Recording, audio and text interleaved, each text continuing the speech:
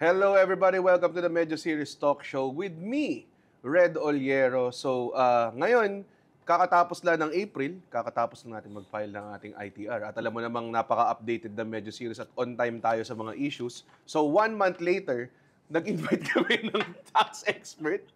Ladies and gentlemen, Mon Abrea, thank you so much for coming to our... Too late na, pang next year na tayo. Actually, introduction mo pa lang, hala ko with Mon Abrea, with me, yung title pala yung sinasabi mo.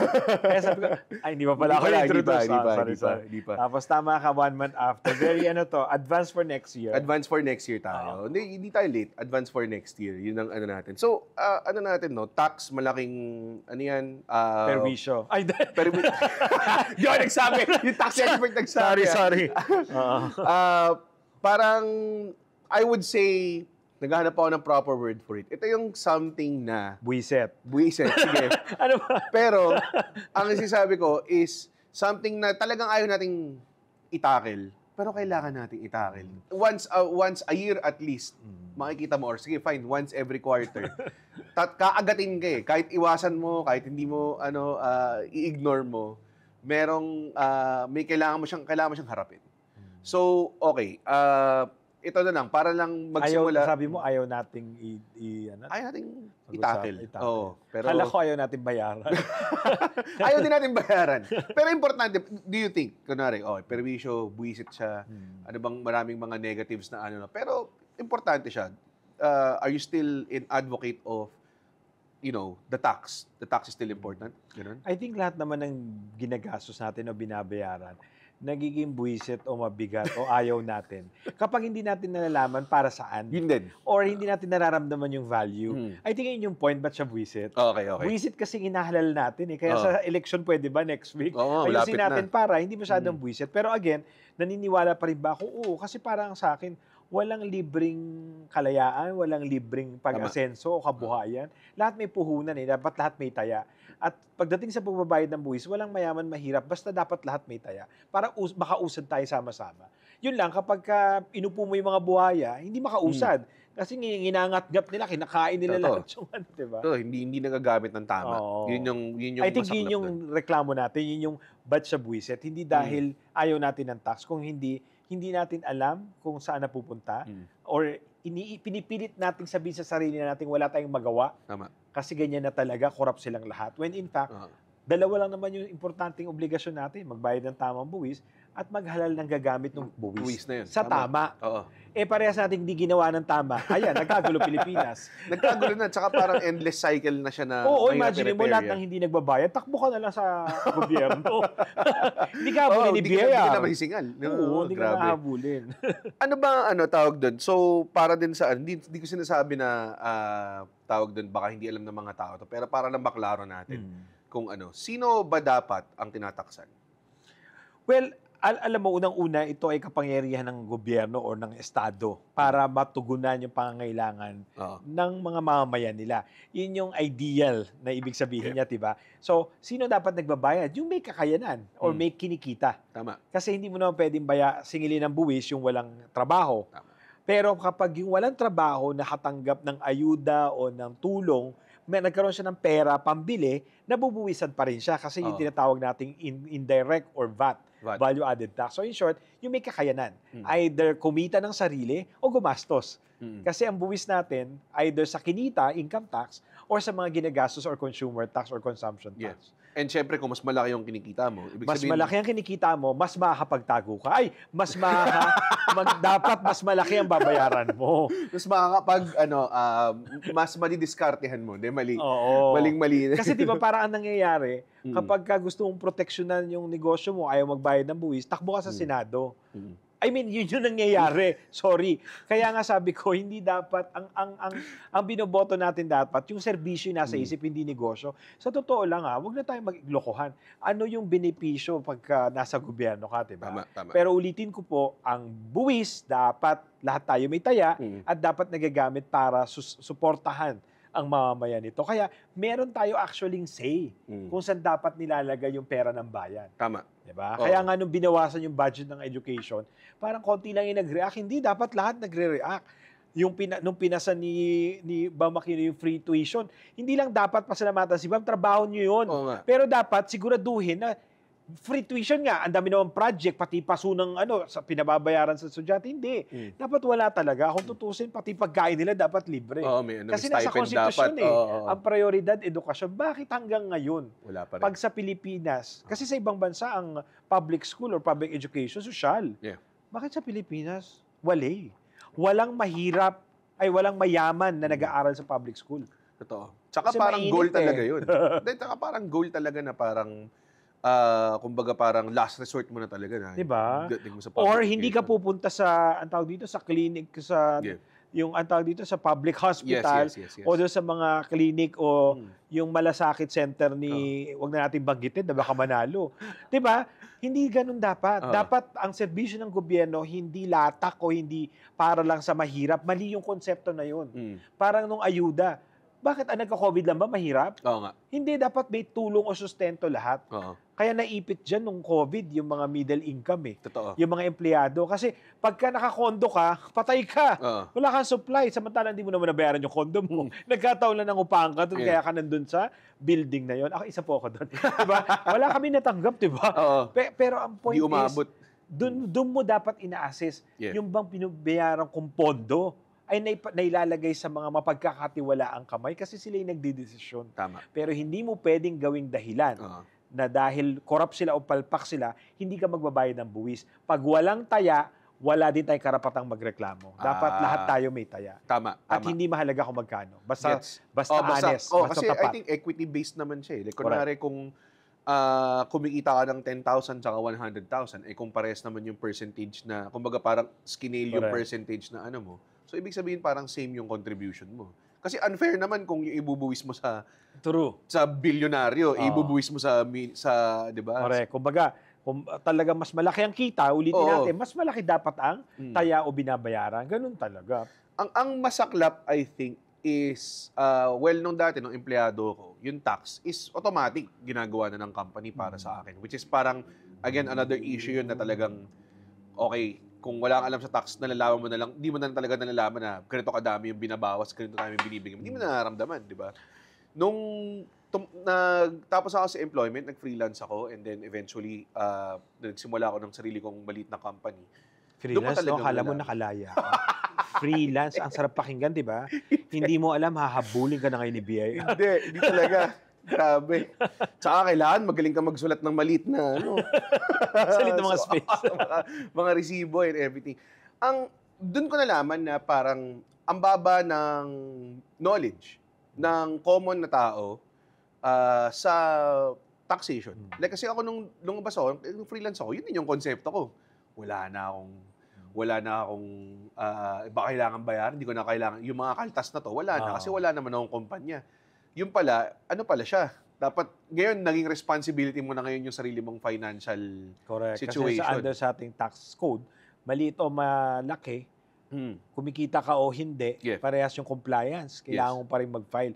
Although admittedly, napadali na siya sa dami ng reforma. Okay. Pero parang hindi natutumbok yung totoong problema. Hindi. Na problema ng corruption, problema nung yung burden nasa taxpayer, wala sa gobyerno o sa BIR. Then, hulaan na lang, bahala na si Batman kung mahuhuli ka o hindi. Unfortunately, madaling maglagay. Diba? Mahirap para doon sa walang panlagay. Madali para sa may pera. Nagkaroon ng industriya kasi naging mahirap gawin. Tapos na i-file yung tax mo ng maayos or mag-declare ka ng maayos or yung practices man lang. Bakit kaya you think na parang hindi siya masyadong hindi ko alam kung sino sisihin ko eh. Bakit ako bobo dito sa ako ba? Ako ba may kasalanan? Di ba? Parang ganun. Pero actually, nung dati kasi ako teacher sa San Beda first 5 years ng career ko, actually pag araw ng sweldo, may exam. Mainit ulo ko eh. Ayoko magturo. Onya, ayoko. Daming kaltas. Pagtingin ko dun sa Facebook, overload mo lahat ng ginawa mong dagdag na trabaho, napunta lang sa withholding tax. Mabigat. Kaya nung pinapasa yung train law, isa talaga ako sa nakibaka na ibaba ang buwis ng individual, particularly para sa empleyado. Kinabang na naman yung mga nakabarong Tagalog saka Siyempre. Amerikana.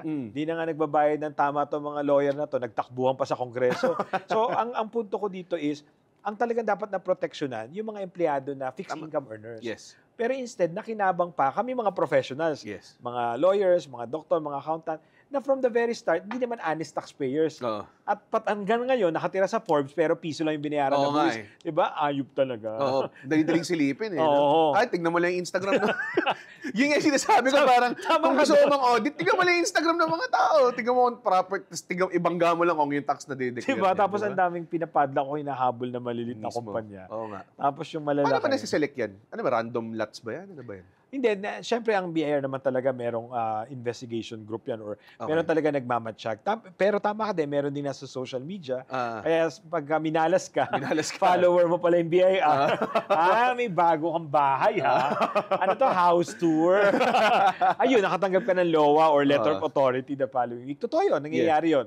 Or yung ganito, mga na-interview, parang bukas ako merong mga na-interview, pero ang paulit-ulit natin sinasabi, hindi mo dapat katakutan si BIR kung nagbabayad ka ng tama eh. Tama. Ang problema, nakakatakot si BIR kasi kung sino lang yung trip nila, yun yung talagang napupuntirya, di ba? Oh. So, kaya kami, pinopropose namin, yung proposal ni World Bank, risk-based. Sino ba talaga yung sa industriya na to, sa sektor na to, ito dapat na binabayaran pero nandito. Okay. O kaya, yung upper 1% or top 1% sa Pilipinas, asan sila? Kumbaga, ang dali na lang i-judge kung sino yung dapat candidates. Kasi, correct. At ito, wala to sa politika ha. Nung panahon ni Noynoy, Pinoy, ang number 1 si Chris Aquino. Paano nangyari si Chris Aquino ang pinakamayaman na taxpayer? Oo nga. O sige na, pinakamarami siyang endorser, pero naniniwala ka ba? Naman, oo. Diba? Yun lang may something eh. Parang imposible namang artista ang sagot, taxpayer. Hindi tayo gumagamit ng teknolohiya. Yun lang. Data analytics. Yes. Ang sarap sabihin, bigkasin. Oo naman. Ang sarap igawing plataforma at prioridad ng gobyerno, digitalization. Gawan pa ng logo. Diba? Hindi, nagpalit na lang sila lahat ng logo. Para new era na. New era. Pero kung tutusin, kung titignan mo, ang hinahabol, parehas pa rin ng mga maliliit na kumpanya. At yung mga malalaki, kasama na yung mga kaibigan nating Chinese, na mayagpag, kumuha ng kontrata. Hanggang ngayon yan, tanong ko lagi ako nag-check ba't hindi nakasuhan si Farmally? Ako mismo yung nag-witness sa Senado doon Alam ko yung detalye nun Diba, hindi ko sila kailangan sirain kasi under oath ako nun I think yung knowledge level ng mga tao sa taxation, it's lost to us. Kaya siguro like kunwari, even if yung Farmally issues na yan, mga ganyang klase, kahit ipakita mo na sa mundo na ito yung nangyari, hindi siya magiging hot topic Therefore, walang magkakaroon ng spirit of urgency sa public para to address it. Which is, I think, ito rin, isa rin ako Dati wala akong pakialam. Pero ngayon na talagang... Nakakurbata ka na kasi ngayon Ibang level ka na. Nung nakita ko nakakurbata ka, oh my God, naka-sleeveless pa naman ako. Ang init kasi sa labas. nung totoo na siya sa akin, doon talaga siya mararamdaman dapat ba i-implore ang BIR to educate people more on how to comply or how to even properly declare? Yun din yung akin I may be wrong on this or baka hopelessly devoted or romantic lang ako. Pero hindi ba hinayaan natin maging mga tao para hindi magtanong at yun nga yung masaklap. At hindi bumabalik tayo sa ganun. Kasi 'di ba, kung in-educate, in-empower natin yung mga mamamayan natin nung estudyante pa lang. Kasi ako nung inaral ko, tax muntikan akong bumagsak. Kasi ba naman tinuro na magka-graduation na. Sino ba yung interesado sa income tax? Yun nga, pumili ako ng course na iniwasan ko yan, accounting tax, talagang ganun. O saan ka napunta, di ba? Napunta ako sa computer science, naging komedyante ako. Hindi, pero ngayon, di ba? Si BIR pa rin ang hinaharap mo. Alam mo, nakatakas ka na. Wala. Di ba? Dinilay mo lang wala. Pero sa tingin ko nga, I think, doon babalik yung kung ba't mahalaga yung education And please don't confuse social media with education. Excuse me po! Hindi porket marami kang fina-follow na mga vloggers. Hindi nakukuha ng tig 15 seconds sa reels yan. Saka hindi lang din. Ang education hindi opinion ng kung sino lang. Ako nga lagi ko sinasabi, kapag nung panahon na sinarado nilang ABS-CBN, hindi dahil gusto kong buksan nila ABS sa totoo lang, hindi ko ma-interest yun. Paulit-ulit ko sinabi, walang tax evasion kasi dapat may sinampang kaso. At taon-taon silang ino-audit. Naglagay hindi ko business yun. Ngayon, sa panahon ng social media, kahit sino nagiging otoridad at kahit yung totoo nababalik-baligtad. Kasi mas maraming like yun sa'yo kaysa sa sinabi ko. Ako yung tama, mali yung sa'yo. Wala na, hindi na mahalaga yun. So babalik ako dun sa whether responsibilidad dyan o dapat kaalaman na makakatulong sa'yo, dapat talaga yung awareness, dapat advocacy ng bawat isa, lalo na nung mas nakakaunawa. So sa eskwelahan, dapat talaga ituro ang buwis, hindi lang bilang obligasyon, kung hindi proteksyon. Yes. Proteksyon mo. Tama. Bakit ako kaya kong magsalita, hindi lang nang makakatulong, even yung magkritisismo sa gobyerno. Kasi hindi naman ako takot sa BIR, dahil nagbabayad ako ng tama. At yung pagbabayad ko ng tama, hindi ko pwedeng sabihin yun kung hindi ko nauunawaan yun. Pero yun yung keyword. Kaya ka na natakot kay BR kasi hindi mo alam kung nagbayad ka ng tama o hindi. Ang intention mo naman minsan, hindi naman dahil gusto mong tumakas. Pero kung kunwari, tama ba tong, enough ba tong dineclare ko? Minsan hindi mo alam, di ba? May mga saka alam mo ba na tayo na lang ang isa o dalawang bansa ang may bank secrecy? Kaya si BIR, helpless din. Kailangan din natin tulungan si BIR na mahabol yung talagang malalaking isda o totoong tax evaders o smugglers. Ang problema, kahit sampahan nila ng paulit-ulit na kaso, hindi sila mananalo kasi wala silang access sa bank account ng mga malalaking tax evaders or smugglers. Siguro, hindi ko sila kinukonsinti, siguro kaya para makakolekta yung target collection, yung KPI nila, doon na lang sila sa kaya nilang habulin at kasuhan. Pero hindi dapat ganun. Dapat ang batas pinoproteksyon ng bawat mamamayan, lalo na yung maliliit at walang lakas. Tama. Pero hindi, ang nangyari ngayon, dahil lahat, ginamit nila ang kapangyarihan nila para makakuha ginamit nilang pera nila para makakuha ng kapangyarihan. Sabi kasi dun sa, ni-research ko yun sa Harvard, may kasong corruption sa Harvard, Talagang yun ang title ng corruption talaga. How to fix it, sabi ko nga, talaga ba? So, talagang sinabi doon, iba't iba yan eh. Meron daw na ganid sa kapangyarihan, gagamitin yung pera para makakuha ng kapangyarihan. Meron naman ganid sa pera, gagamitin yung kapangyarihan para makakuha ng pera, mga ilgatin. Sa Pilipinas, parehas. Cycle siya. Hindi, parehas na mayaman na nasa posisyon na, hindi pa nakontento. Pinamana pa sa anak. Pinamana pa sa susunod na henerasyon. At paano matitigil yan? Edukasyon ulit. Maunawaan ng bawat Pilipino kahit grade 1, o grade 7 kung ano man ang grade niya, na ano yung halaga na makisama ka sa diskusyon na to, na maunawaan mo ang issue ng bayan. At pagdating na binigyan ka ng karapatang bumoto, hindi mo lang pag-iisipan, pagdarasal mo din, dahil lahat ng binayad na buwis ng magulang mo at babayaran ng susunod na henerasyon, dahil kasama yung utang na kinukuha nila, doon nakasalalay. Kung bakit 16 trillion ang utang natin, huwag mo sisihin si Duterte lang. Hindi lang lahat yan. Lahat ng bumoto sa lahat ng mga nangloko at na naging corrupt. Responsibility natin yan to vote properly and kung sino man ano. Kasi nga, tama nga naman kung if we, by some miracle, we have it down. Lahat ng tao nagbayad ng buwis ng tama, alam natin lahat. Baka naman tayo, number 1 na tayo. Kunwari, di ba? Naging developed country bigla. Pero, kung yung gumagamit naman ng buwis, hindi naman... Correct. Kailangan pareha siyang maayos I agree. May gusto rin ako i-raise na talking point dito. Tingin mo ba we are taxed enough? Not taxed enough? Are we taxed too much? Ano bang tax pa gusto mo? Kasi pag pumunta kayo ibang bansa, pag makita mo yung tax, ang laki. Pero ang ganda ng bansa nila. Sinisip ko naman dito, baka mas maliit yung tax. Parang kung sa utak mo, pag mahahayabang tax, aabutin natin yung level na yun. Does that, alam mo yun, di ba? I think ang issue natin is, doon mismo sa sagot mo, sobra-sobra yung buwis natin, pero hindi natin nakokolekta. Yun lang. So, ASEAN neighbors na lang. Among ASEAN, tayo may pinakamataas na VAT, 12%. Oo nga Sila 7.3%. Yeah. Income tax, dahil sa train law at sa create more, medyo lumevel na tayo, di ba? Kasi Singapore is 17 tayo nasa 20 na yung small business corporation. 25 yung regular, pero sa individual, mukhang galit talaga tayo sa mga... parang dinidiscourage. Alam mo, gusto kong sabihin, dinidiscourage ng gobyernong maging mayaman tayo, pero hindi. Dinidiscourage ng gobyerno maging honest tayo. Kasi, ang korporasyon, binaba mo sa 20%. 25 yung regular, yung special, parang siopaw lang yan.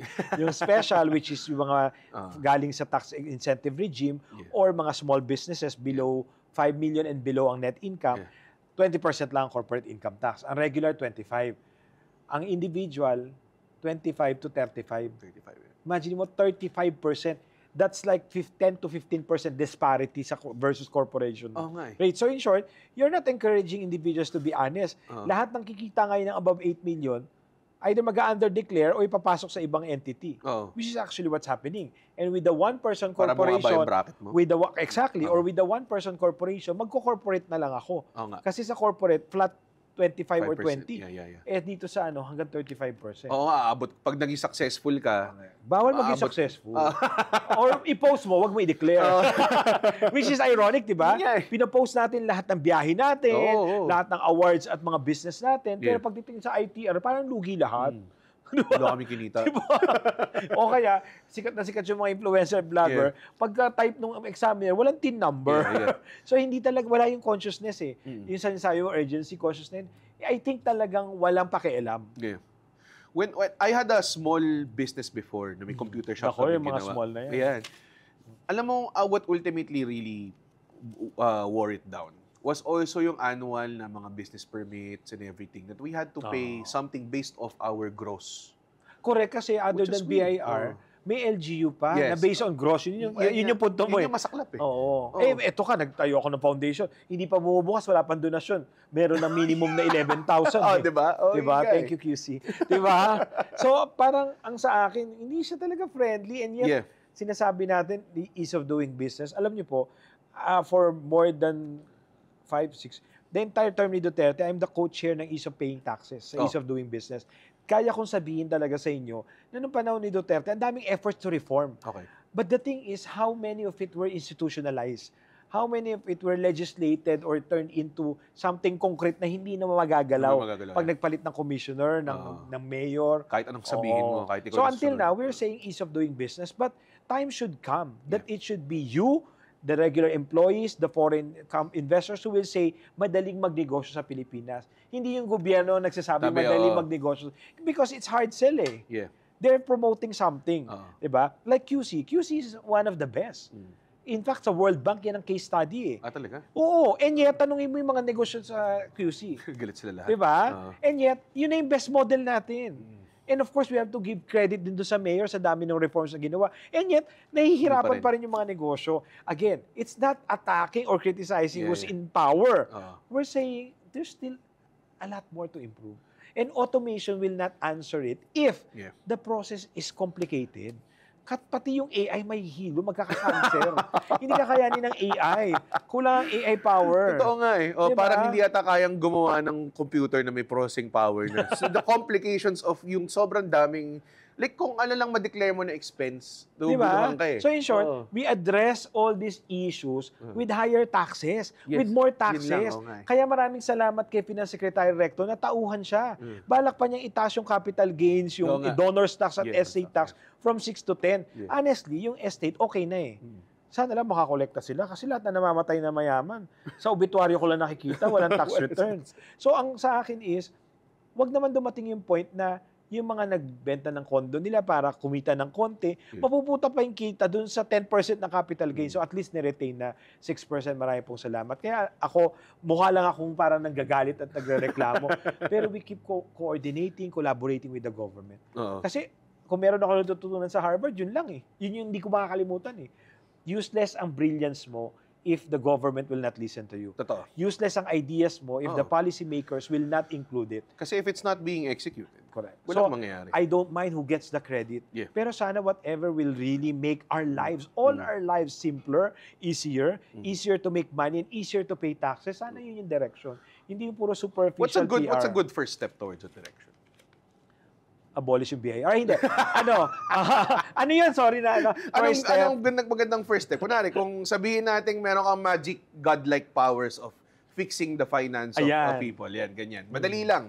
Pag sinabi ko, ito yung mangyayari. Anong magandang first step?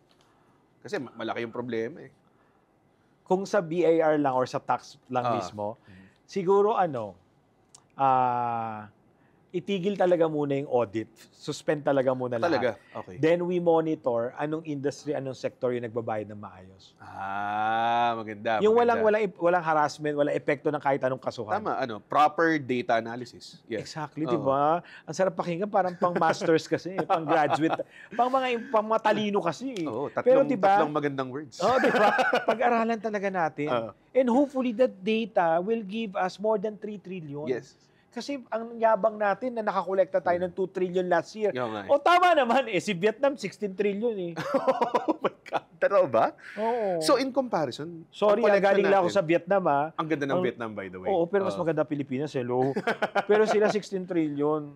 Tayo, So less than 3 trillion. in collection, mahina tayo. Mahina talaga. Ganun ba? Magaling tayo magpapogi.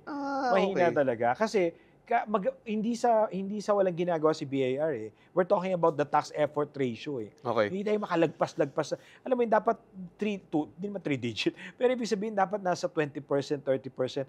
Kasi ang ideal is na around that pero tayo, nung naging 11, masaya na tayo.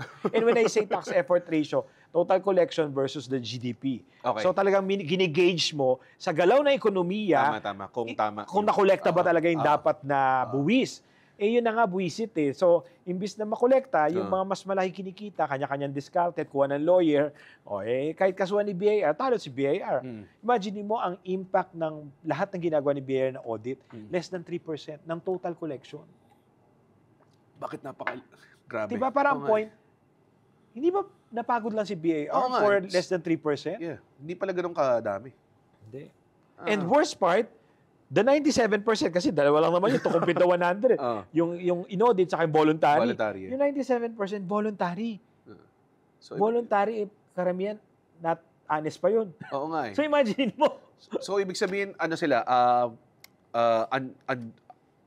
wrongly na hindi tama yung judgment nung 97% na yun. Dapat ino-audit din yung iba dun. Parang ganun. Exactly. Pero the point is, without the risk-based approach, pa-audit mo lang yung paulit-ulit yung same companies, which should not be the case. Yes. Kasi medyo dapat discriminatory siya. Correct. Yeah. And you should be encouraging voluntary compliance, not penalizing those who are already For complying. Tama. Diba? Kasi parang nangyayari, we equate the efficiency of BIR with them getting close to their target. Yeah. Regardless kung by all means or at all costs. But the reality is, kung ang nakatulong sa kanila para ma-reach yung target nila is harassing the MSMEs or collecting from the employees alone or the MSMEs, then we are not getting the right we are missing the point. The point is, ang sabi ng progressive and efficient tax system, dapat doon tayo sa mas malaki ang kinikita. And collection-wise, more than 50% income tax pa rin. And a big portion of that sa corporate pa rin. Pero sino doon yung talagang dapat sino yung high risk doon na dapat binabantayan? Hindi yung binabantayan mo lahat, hindi mo magagawa yun. Kumbaga, kung 10 anak mo, hindi mo pwedeng bantayan yung 10 na sabay-sabay. Pipiliin mo talaga sino pinakamakulit dito, sino talaga yung prone madisgrasya. Common sense eh. Hindi ko alam talaga nasan siya. What's stopping them from applying it? O gusto mo ba na isa pang episode? Bakit? Hindi ko alam kung yung motivation ba o yung incentive of not applying it is sobra-sobra. So, do you think legislation would help or hindi? Legislation will definitely help, pero kasi the administrative side of it is actually the one that has problem eh. Kaya nga diba, ako lagi ko sinasabi, it has nothing to do with the current administration or whoever is the commissioner. When I wrote the blueprint for genuine tax reform, 2010? 15 years ago? Grabe. The recommendation was really to fully automate BIR or abolish it. Okay. It has nothing to do with the current administration. I see. So talagang gano'n problematic, I guess. 15 years ago? Yes. And it gotten worse. Kasi nga, tumataas yung collection. So, try to imagine how much is yung leakage. Magkano yung napunta sa lagayan, magkano yung nilagay ng mga hindi nagbabayad. Kasi yung nakakapanghinayang dito, yung mas malalaki ang hindi binabayaran, sila yung mas madaling maglagay ng 1 million, ng 2 million. At what cost? 1 billion for the economy na sana nakolekta. Sana. Diba? Or yung mga illegal na yan, yung mga pharmacy na totally walang naging contribution. Nakakataka sila kasi nga, mas madaling maglagay. The system can easily be manipulated or infiltrated. Pero kung automated siya, na talagang wala ng discretionary power ang mga examiner. And I should know this, I'm a former examiner. Yeah. Diba? And you see it firsthand kung ano nangyari. Oo, these are dirty hands, diba? Hindi nalinis ng COVID. Ang tawag dito, you have to experience it eh. You have to be one with them. Kaya ako, some people say, masyado ko naman daw gina-judge yung mga BA examiners. No, ako nga yung nagsasabi, dapat i-offer na natin magandang package para more professionals, more young professionals will come in, will join the workforce. But para we need to really straighten the system. Yeah. Otherwise, magpapayaman lang din yung mga yun sa loob. So, yun din kasi. Diba? Kumbaga makikipaglaban kami, ideals ka simula. Pag nakikipaglaban ka, gamit yung ideals mo, natalo ka na natalo, masakit eh. Tapos, hindi lang masakit kasi yung mga ibang tao nagugutom na naghihirap yung buhay nila. So talagang mag-a-adjust kasi. Diba last administration nga, inoferan ako sa BA. Sabi ko talaga, sa bariyang sweldo na yan, gusto nyo i-give up ko yung trabaho ko. Huwag naman kayong diba? Para namang talagang gusto nyo ibenta ko yung kaluluwa ko. Diba? And I'm saying this even to the current administration. If you want someone like me to join the workforce, the public service, make it lucrative. Oo, tama. Don't make us martyrs. Yes. We also have families to feed. I have dreams to achieve. Exactly. Oo. To fulfill. I have the world to conquer. Oh, bakit kailangan siya? Bakit kailangan pakabayani, diba? Pakabayani, para tumulong, diba? Oo, tapos ang bilis magbulsa. Oo. Diba? Dapat ayusin natin. Kasi I don't think I'm the smartest or the most brilliant when it comes to taxes. Yes. For sure, ang dami natin mga kaibigan at mga gumraduate din ng iba pang eskwelahan. Even dito sa school na sa bansa natin, UP, San Beda, UST, whatever. O lahat na po ha, Ateneo. But the point is, who among them can really safeguard their integrity versus this temptation na every day talaga will present itself. Kasi nga the system is flawed. So, why will I put myself in that situation? So, it's not like, galing mo magsalita, ba't di ikaw dito? Ang dami na nagsabi sa akin ng ganyan. Oo naman, for sure, ang daming ganyan, di ba? Diba? Again, it goes beyond politics eh. Ang point is, if we really want to make it work, then let's do what must be done. Automate it, diba? Or abolish BA. Paulit-ulit, yung binigay ko na yung option eh. Oo nga, kanina pa yung Pero medyo Hindi, actually, gusto ko palitan mo yung show mo. Automate or abolish talaga. Was it a real recommendation that you made noong time na yun? Medyo drastic yung abolishment. Yes. And even up to now, every time na nagkakaroon ng opportunity ng ease of paying taxes, every time na may deliberation, I always surface that. Again, nothing to do with the personalities. Because I think in a long term, yun talaga that will really make it efficient. And again, mataas ang mga buwis natin. The only way we can lower our tax rates is if we broaden the base and collect more. Kasi right now, napaka-narrow, tapos yung available pang pwedeng kolektahan, hindi mo pa makolektahan. Diba? So bring all these proposals together. We also propose for a pre-populated tax return. Ano to study sa Stanford. So it's a case study that was presented in one of my classes. Not on tax, sa Harvard, not tax. It's a behavioral science class. Imaginein mo, pre-populated, ibig sabihin yung mga sinungali, mga lawyer, hindi na sila kailangan mag-isip o magkasala kasi automated na i-issue sa kanilang tax return nila based on the available information. Our problem right now, kanina, data analytics or analysis, diba? Ito, data gathering talaga. We don't have enough information about how much all this in the taxpayers, all of us are making. We don't have that data. Ang ComSci graduate, very terrible student, by the way. So, sabi ko lang credential ko bago ako magsalita ng kaingutan. A lot of these big companies, pag bumili ka ng damit sa Uniqlo or something or somewhere, di ba? They all have automated POS systems, di ba? That can be easily integrated into a sort of like a data gathering kind if we of want. Thing. Yeah. As in like, that's just like, I think, line of code. The same way that LGUs have income based on the gross of the companies they are collecting every year. Yes. But they don't want to share with BAR. Sa kaya yung iba, the likes of Farm Valley, ulit tayo, nakapag-register renew sa LGU and yet, walang declaration kay BAR or hindi nagbayad ng tax.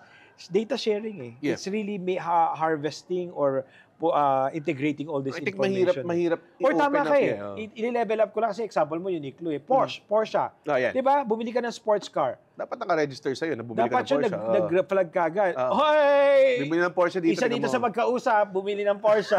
Sino kaya? Sino kaya? Ang tanong, nagmamatch ba yun sa tax return natin? Ganun. Like, ganun lang kasimple. Yeah. Because it's already digital. It's only just a matter of like what you do with the data. Ayaw ni Congressman yan. Kasi yung sports car niya sa driver naka-register. Ang dali, di ba? If there's a will. Yeah. But I think we have more reasons not to do it.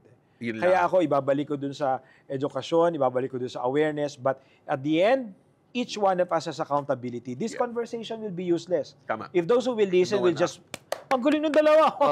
Nabola namin kayo, mukha kayong matalino, di ba? O ano nangyari sa bayan? Wala pa rin. naman. Kasi pagdating sa eleksyon, binoto mo pa rin si Toot! Mismo. Doon din siya babalik talaga. Diba? Yun talaga. Kaya I don't think it's a question of alam ba natin yung solusyon? Hindi. We know it. Gusto ba natin o ginagawa ba natin yung dapat na gawin para masolusyonan Yeah, siya? I'm pretty sure there's so many experts there that can, that have bigger minds than us and can just like discuss this diba, over coffee. Saka, stop glorifying Harvard. Oo, nag-Harvard ako, pero kahit hindi graduate ng Harvard, may isip to. Diba? Huwag nyo naman bigay masyado yung credit kay Harvard. Yeah. Kasi Harvard graduate, kaya ang saklap na sinabi mo doon na there are more reasons not to do it. Exactly. Parang ganun eh. Lack of progress benefits a lot of the people. What motivates them? Ano yung insentibo? Diba? Ako hindi ko nababanggitin yung sa Senado. They are the richest. Paano nangyari yun? Sabi mo walang conflict of interest? Tama. Diyos ko naman, kaya si ChatGPT, alam ang ibig sabihin ng conflict of interest. I-type mo kaya apelido niya kung ano magiging correlation.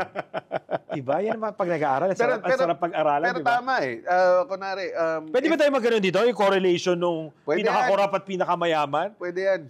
Versus doon sa buwis na binayaran? Anak ng tinapay. Magandang show yun, no? Every week, no? Ito yung Feeling Instagram ko, niya. pilot episode ka lang. After mali ka na rin. I-film mo na lahat. Para wala na makapagtigil Andiyan ang mga pulis sa pintuan. Nakabantay na. Film mo na lahat. Kasi ere mo, nasa ibang bansa ka na. Hindi, ito seriously. When I also studied climate policy in Oxford, ito isa interesting na data lumabas. Pero wala pang correlation or parang in part of the discussion na yung happiness rating. Okay. Anong mga bansa ang mataas ang happiness level of happiness? You will be surprised. Talaga? Matataas ang buwis. Talaga? Kasi sila yung mababa ang corruption perception level. Yun kasi. I don't know if it really makes sense. Ulitin ko yung pinakamasasayang tao, I think Denmark is number 1 or the top 3. Then nandiyan ang Finland. Sila yung may pinakamatatas na taxes. And mababa ang corruption perception level. Kasi merong corruption perception index na nire-release si Transparency International. Okay?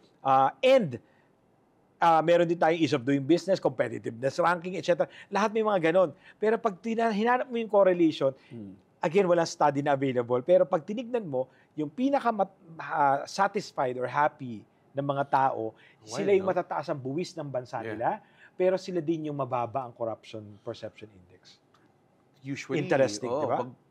Kunwari, pag mas malaki yung kinagat sa inern mo, di ba? Parang mas in short, sa nakakainis Pilipinas, ang reaction natin, parang tayo yung pinakamalaking buwis. Ang bigat-bigat. ba't ang bigat nga? Totoong mabigat, totoong madami, pero hindi tayo pinakamalaking buwis. Hindi ramdam.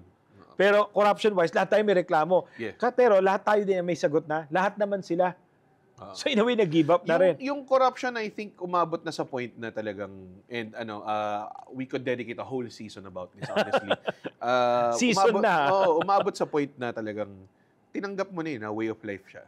At tinanggap mo na parang, kumbaga parang pag nagboto ka ng congressman na dapat tagagawa ng batas, parang hindi mo na nga siya nakikita as someone na servant mo Public service dapat sila di ba? Parang... Kumbaga, alam mo nang walang nagawang batas. Parang nag-elect ka ng someone na iiduluhin mo at iaano mo. Baliktad Parang mali yung perception natin ng public officials, I think. Yun yung True. Yun ang ating next season. Okay, konti na lang ang oras natin. And may talaga ba? Akala ko 3 weeks to. meron tayong last topic na gusto kong pag-usapan yung ACG Roadshow na ginagawa nyo. Ano ba siya? Well, as I have said, ang commitment natin is makipagtulungan sa gobyerno.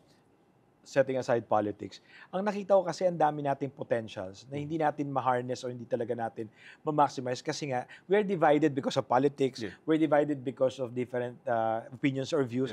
Hindi pagdating sa Pilipinas, we should be on the same team. Team Philippines. Tama naman. Diba? Kumbaga sa West Philippine Sea, diba? No South China Sea, West Philippine Sea, period. Atin to, di ba? Parang ganon. Wala nang question, di ba? So, ganon din yun. So, since I'm based in Washington, D.C. and I finished my Harvard degree, mas lumaki yung network, mas tumaas yung respeto ng mga tao, di ba? Dito lang sa Pilipinas, pati ang mga politiko. Galing ka abroad eh. Harvard. Then, napadala kasi akong Colgate. Sa balikbayan ba? So, ang sa akin is, use that opportunity.